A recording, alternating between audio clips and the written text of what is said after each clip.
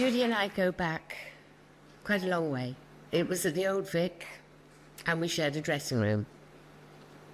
We were in the double dealer. Jude was playing the ingenue, and I was not. If we're asked, we're going to work forever if we're asked. But you're always asked first, if I may say so.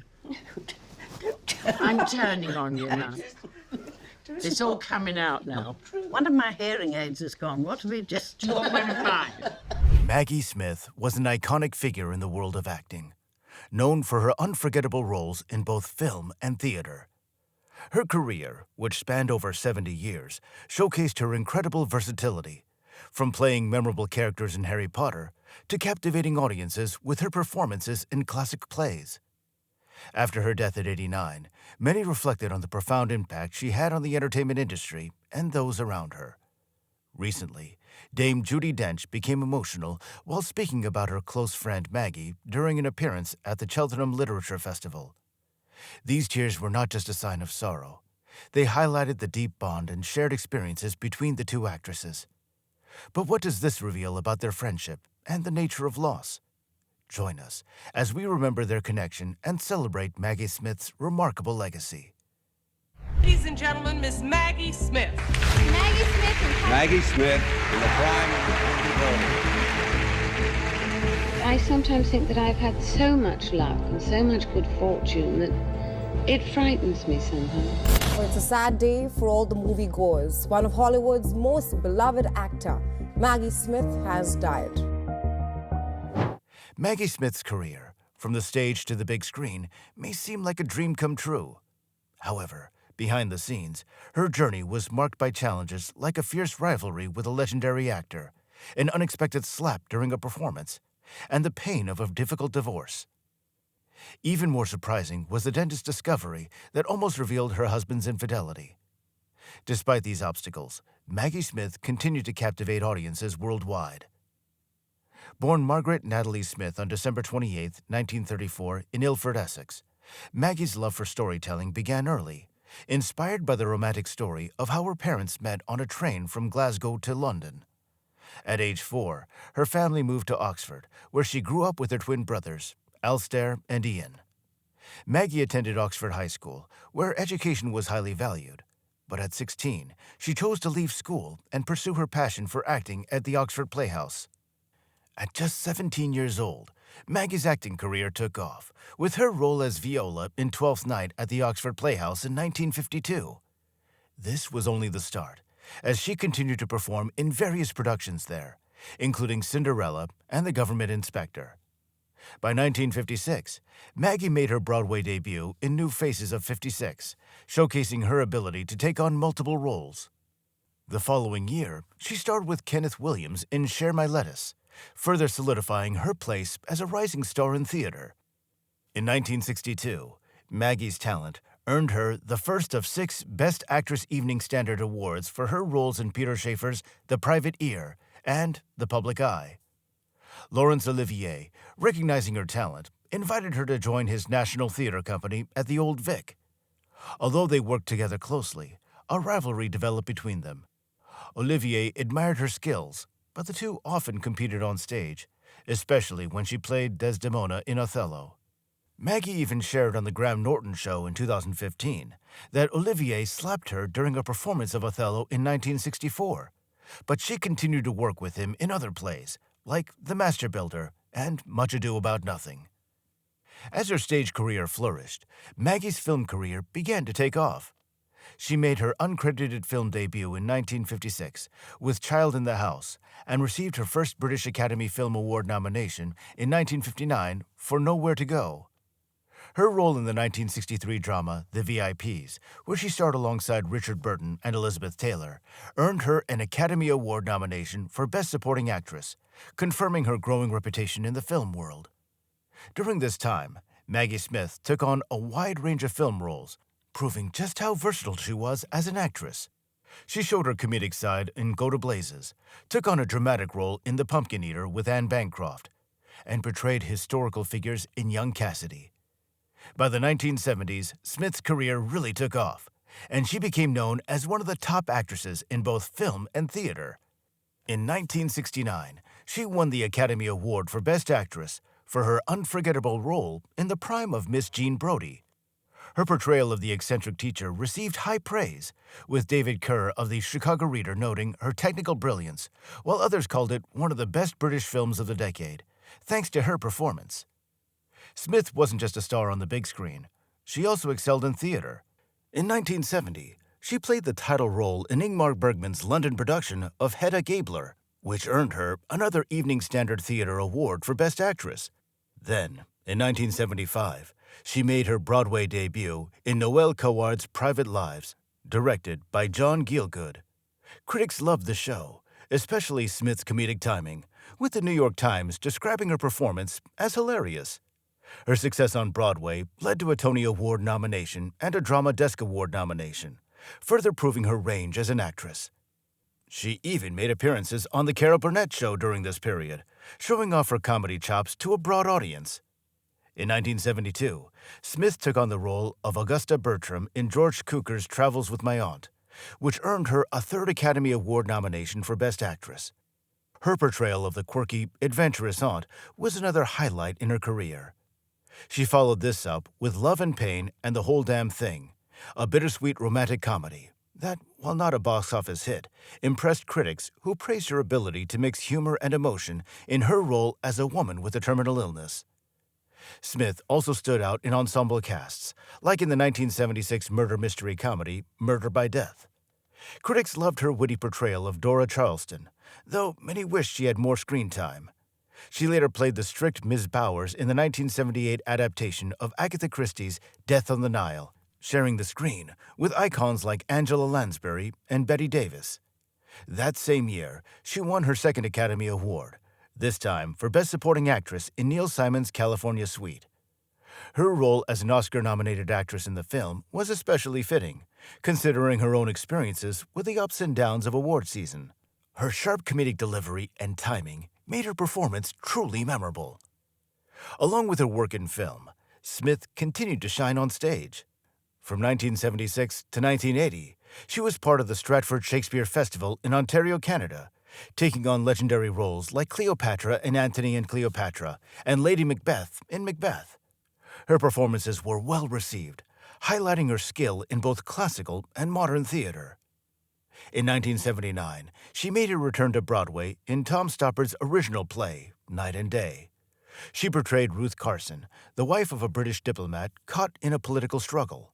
While the play got mixed reviews, critics consistently praised Smith's performance. Walter Kerr from the New York Times even noted that she could do wonders on stage despite the play's flaws. Her commitment to the theater and her ability to elevate any material earned her a Tony Award nomination for Best Actress in a Play. In 1983, Smith earned her first of 4 BAFTA TV Award nominations for her role as the quirky Mrs. Silly in the TV film All for Love. She kept showing her range on television, playing Susan in A Bed Among the Lentils, part of the highly regarded Talking Heads series by Alan Bennett.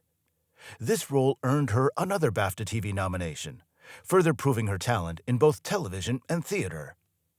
In 1981, Smith joined the ensemble cast of Quartet, a Merchant Ivory film set in 1920s Paris. Her role as the eccentric Lois Heidler earned her a BAFTA Award nomination for Best Actress. That same year, she appeared in the fantasy adventure film Clash of the Titans, playing the goddess Thetis. Smith's talent for comedy shone in the 1982 mystery film Evil Under the Sun, where she played Daphne Castle, a witty playwright with a sharp tongue. She followed this up with a role in the 1983 comedy Better Late Than Never, acting alongside David Niven and Art Carney. 1984 was a standout year for Maggie Smith. She won her second BAFTA Film Award for Best Actress for her role in A Private Function, a quirky black comedy about a small English town obsessed with a pig during rationing. Fun fact, 3 pigs, all named Betty, were used during filming, and in one chaotic kitchen scene, Smith had to quickly escape from one of them. That same year, she starred alongside Christopher Plummer in the Hungarian-American film Lily and Love, showing her effortless ability to move between British and American productions. Earlier, in 1978, she took home her second Academy Award, this time for Best Supporting Actress in the comedy California Suite. But Smith wasn't just known for her comedic roles. In 1987, she gave a powerful performance in The Lonely Passion of Judith Hearn, playing a lonely spinster grappling with alcoholism and unrequited love. This role earned her another BAFTA for Best Actress, solidifying her place as one of the finest actresses of her time. Between her film projects, Smith also shone on stage. In 1981, she won her third Evening Standard Theater Award for Best Actress for portraying Virginia Woolf in Virginia, a play about the famous writer's turbulent life. She then won her fourth Evening Standard Award in 1984 for The Way of the World, a restoration comedy full of wit and sharp characters. In 1987, she took on the lead role in Lettuce and Lovage, a comedy written specifically for her by Peter Shaffer. The play, about a tour guide who embellishes the history of a stately home, became a hit. Smith's performance earned her an Olivier Award nomination, and when the play moved to Broadway in 1990, she won the Tony Award for Best Actress. Critics loved her, with Frank Rich of the New York Times praising her for bringing the character to life with humor and depth. Smith's film career continued to thrive, with her role as Charlotte Bartlett in A Room with a View, a Merchant Ivory production. The film was nominated for 8 Academy Awards, including Best Picture, and Smith's performance earned her a 5th Oscar nomination and her 2nd Golden Globe Award. In the early 1990s, Maggie Smith took on a string of memorable roles in popular comedies. One of her standout performances was as Granny Wendy in Steven Spielberg's 1991 hit Hook, a fun take on the Peter Pan story. With Robin Williams as an adult Peter Pan and Dustin Hoffman as Captain Hook, the film was a huge success, bringing in $300 million at the box office. Smith's warm and funny portrayal of Granny Wendy won over audiences and further cemented her as a beloved and versatile actress. Smith's talent for comedy shone even brighter in her next 2 roles. In 1992 and 1993, she played Mother Superior in Sister Act and Sister Act 2, Back in the Habit, alongside Whoopi Goldberg. Her role as a strict yet supportive nun added both humor and heart to the films, showcasing her knack for bringing depth to unexpected characters. While she thrived in comedies, Smith also continued to impress with her dramatic work. In 1992, she earned a British Academy Television Award nomination for her role as Mabel Pettigrew in Memento Mori, a TV film about elderly women facing mortality. She also received a Primetime Emmy nomination for her chilling performance as Violet Venable in the 1993 PBS film Suddenly, Last Summer, based on Tennessee Williams' play. Smith wasn't just shining on screen. She also made a big impact on the stage, too. In 1993, she returned to London's West End, playing Lady Bracknell in Oscar Wilde's The Importance of Being Earnest, which earned her yet another Olivier Award nomination. The following year, her portrayal of a woman grappling with dementia in Edward Albee's 3 Tall Women wowed critics. Her performance earned her a record 5th Evening Standard Theater Award for Best Actress, solidifying her reputation as a theater legend. In the 2000s, Maggie Smith reached new levels of fame with her role as Professor Minerva McGonagall in the Harry Potter series. Based on J.K. Rowling's best-selling books, the film series introduced Smith to a whole new generation of fans. Her portrayal of the firm, yet caring professor became a fan favorite, making her an unforgettable part of the wizarding world and a global icon. In this role, Smith teamed up again with Daniel Radcliffe, who had worked with her previously in the 1999 adaptation of David Copperfield.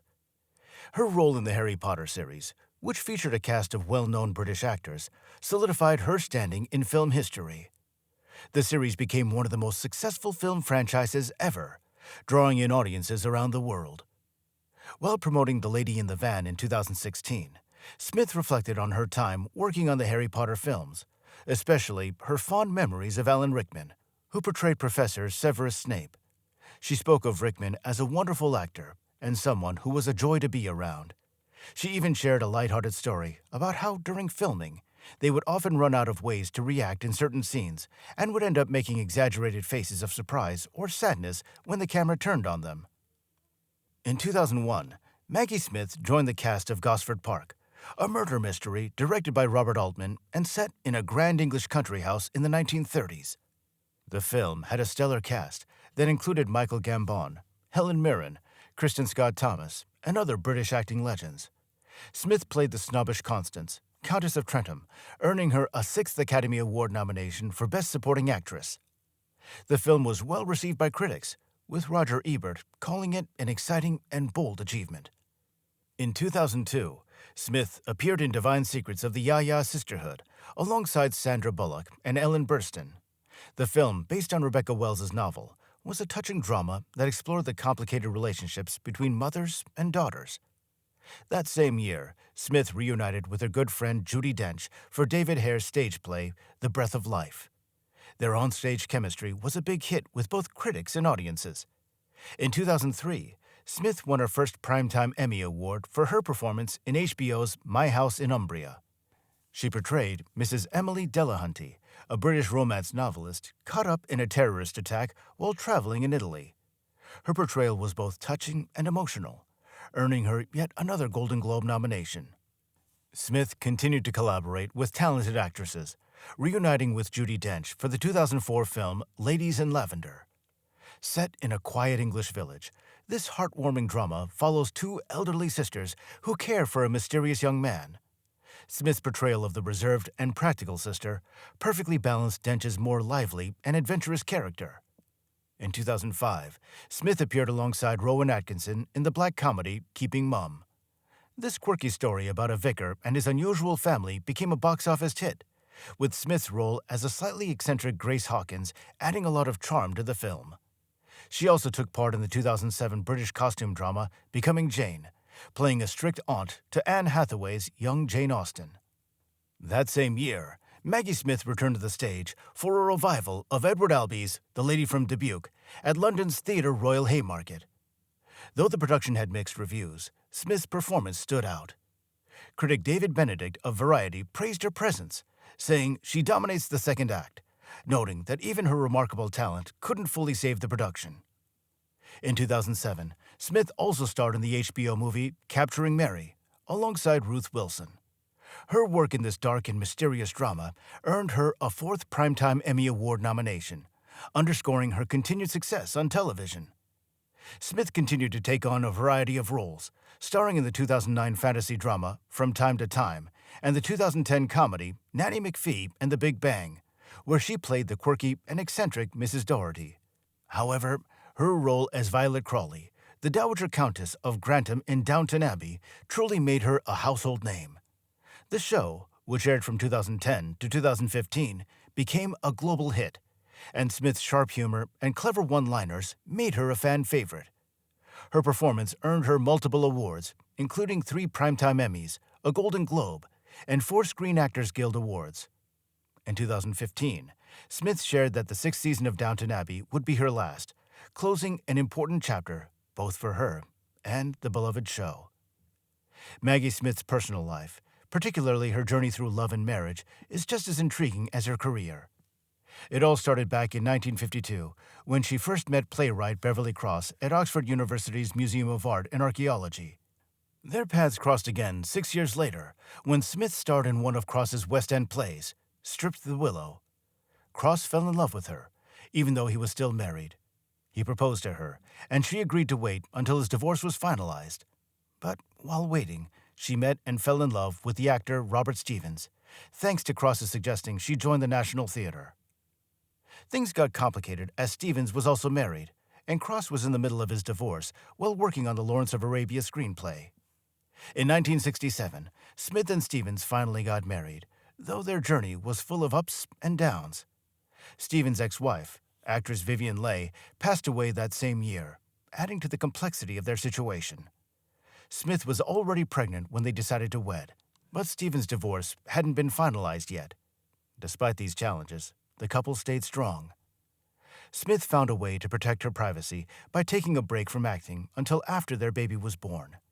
She even had a journalist friend lined up to write a friendly article if any reporters tried to dig into her personal life. Fortunately, Stevens' divorce was finalized just in time, and the couple got married 10 days before the birth of their son, Chris Larkin. In the early years of their marriage, everything seemed perfect, with Smith unaware of Stevens' struggles with drinking. In 1969, the couple even starred together in The Prime of Miss Jean Brodie, a film that earned critical acclaim and solidified their status as a power couple in British theatre. However, things were not as they appeared behind the scenes. By the late 1970s, Stephen's career was in decline, and he was dealing with alcoholism and infidelity. While working on the private life of Sherlock Holmes, Stevens attempted suicide, a clear sign that he was losing control. Smith found herself trying to hold their marriage together. She later admitted that she didn't fully understand what was happening, and it was causing a lot of pain. Stevens' affairs made things worse. Eventually, Smith had to face the truth when Stevens' dentist friend confessed to an affair with Stevens' receptionist, who was also Stevens' mistress. Despite their efforts to fix the relationship, Stevens' diagnosis of hypermania, which led to mood swings and erratic behavior, made things even more difficult. After 6 challenging years, Smith decided to end the marriage, filing for divorce in 1973. After the divorce, Beverly Cross, a playwright who had long been in love with Maggie, also ended his second marriage. In 1975, he and Maggie finally married, and they moved to Ontario, Canada, where Maggie worked for 5 years. Beverly became a father figure to her sons, as Stevens did not reach out to them. Maggie and Beverly shared a deep bond for 23 years, until his passing in 1998 due to heart disease. Maggie was devastated, saying she missed him terribly, even years later. She never remarried, feeling that no one could ever replace Beverly, who had been her rock and support through everything. The loss hit her so hard that she struggled to find joy without him, once sharing that life seemed to be a bit empty without someone to share it with. She recently died on the 27th of September in 2024. Dame Judi Dench recently broke down in tears when reflecting on the death of her close friend, Dame Maggie Smith. The moment occurred during the Cheltenham Literature Festival, where Dench was speaking with fellow actor Brendan O'Hay. Initially in good spirits, her mood shifted when O'Hay brought up the recent loss of both Smith and Barbara Lee Hunt, another close friend. Dame Maggie Smith, aged 89, passed away last month after a career spanning 70 years. She was remembered as one of the greatest actors of her time, known for her roles in productions ranging from Shakespearean plays to blockbuster films like the Harry Potter series. Tributes have poured in from her colleagues and co-stars, including Daniel Radcliffe, Emma Watson, and Rupert Grint. Dame Judi Dench and Dame Maggie Smith had been friends since meeting in the 1950s at London's Old Vic Theatre, where they performed together. Their decades-long friendship saw them work on several stage and screen projects, including the 2018 documentary, Nothing Like a Dame. During the festival, O'Hay asked Dench about her views on grief, referencing her previous comparison of grief to petrol, which Dench began to explain, but couldn't finish as she became emotional.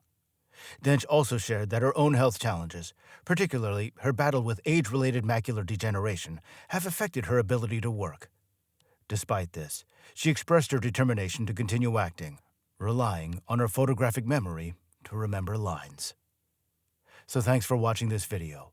If you enjoyed watching it, please give it a thumbs up and subscribe for more.